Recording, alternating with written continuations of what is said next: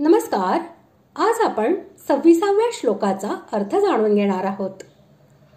अशा प्रकारे उत्तरायण व दक्षिणायन या दोन्ही मार्गांचे वर्णन करून आता ते दोन्ही सनातन मार्ग असल्याचे सांगून या विषयाचा उपसंहार भगवंत करीत आहेत.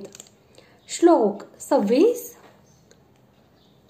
शुक्ल कृष्णे गती हेते जगत शाश्वते मते एकया यात्यनावृत्ती मन्यया वर्तते पुनः.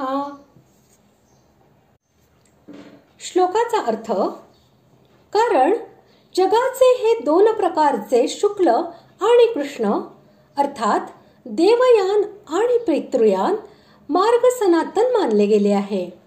यातील ज्या मार्गाने गेले असता परत यावे लागत नाही अशा मार्गाने गेलेल्या त्या परमगतीला प्राप्त होतो आणि दुसऱ्या मार्गाने गेलेला पुन्हा परत येतो, म्हणजे जन्म मृत्यूला प्राप्त होतो.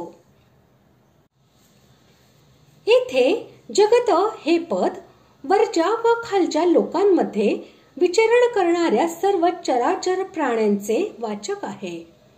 कारण सर्व प्राणी अधिकार प्राप्त झाल्यावर दोन्ही मार्गांनी जाऊ शकतात. 84 लाख योनींमध्ये भटकत भटकत कधी ना कधी भगवंत दया करून सर्व जीवांना मनुष्य देह देऊन आपल्या व देवांच्या लोकी जाण्याची संधी देतो.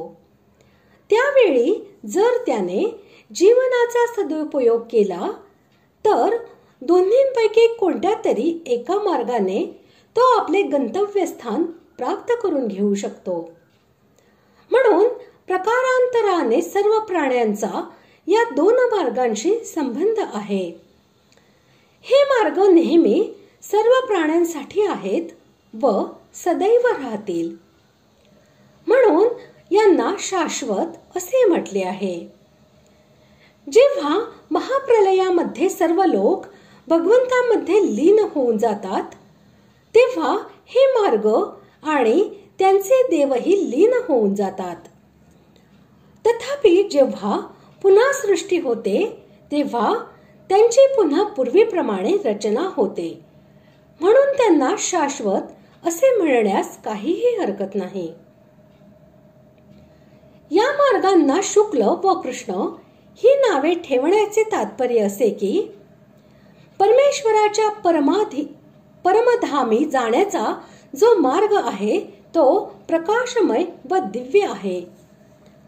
त्याचा अधिष्ठाता देव हाही संपूर्ण प्रकाशमय आहे आणि त्यावर गमन करणाऱ्यांच्या अंतःकरणात सुद्धा नेहमी ज्ञानाचा प्रकाश असतो.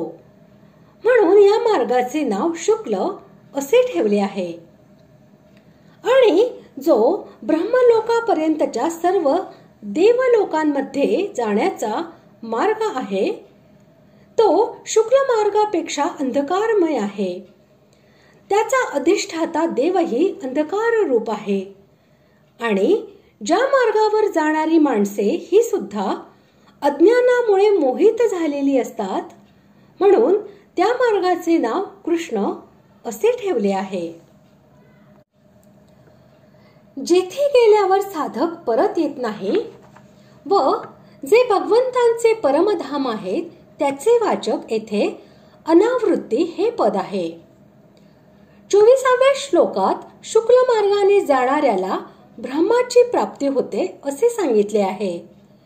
तेथे गेल्यावर मनुष्याला पुनर्जन्म मिळत नाही, म्हणून त्याला अनावृत्ती असेही म्हणतात. हीच गोष्ट स्पष्ट करून सांगण्यासाठी येथे पुन्हा अनावृत्ती या शब्दाचा प्रयोग केलेला आहे. पुन्हा आवर्तते याद्वारे भगवंतांनी कृष्ण मार्गाने प्राप्त होणारे सर्व लोक हे पुनरावृत्तीशील असतात असे सांगितले आहे. याचा भावार्थ असा की कृष्ण मार्गाने गेलेला मनुष्य जे जे लोक प्राप्त करून घेतो ते सर्व लोक विनाशशील आहेत. म्हणून या मार्गाने गेलेल्या मनुष्याला परतून मृत्यूलोकी यावे लागते. अशा प्रकारे आज आपण 26व्या श्लोकाचा अर्थ जाणून घेतला. पुढील भागात आपण 27व्या श्लोकाचा अर्थ जाणून घेऊया. धन्यवाद.